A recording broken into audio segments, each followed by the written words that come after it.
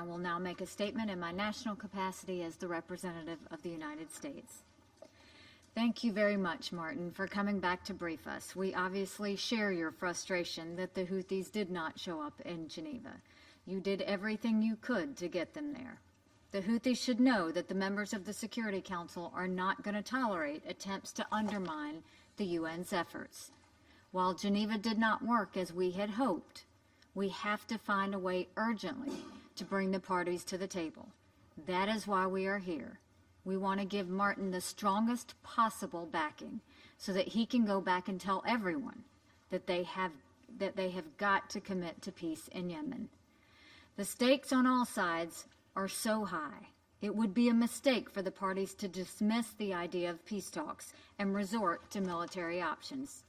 The temperature is rising across the region because of this war. Ballistic missile attacks into Saudi territory continue. There are threats to freedom of navigation in the Red Sea. Chaos in Yemen is spilling across its borders. We are potentially one missile strike away from a full-blown crisis. There is an alternative.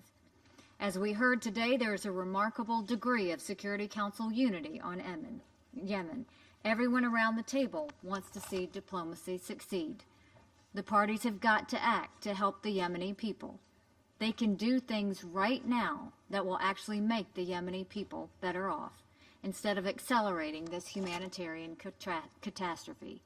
They can help the Yemeni people by finding a way to pay the salaries of teachers and allowing kids to go back to school, which is a step that any parent in this room can immediately understand.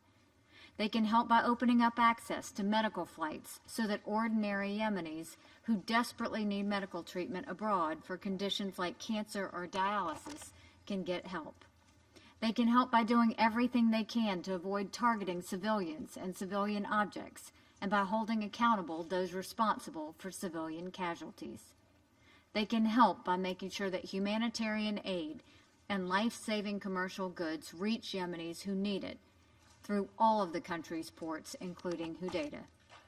We know that Martin is working on many of these points as well as others. We urge the parties to make rapid progress on getting these things done before convening for a new round of talks.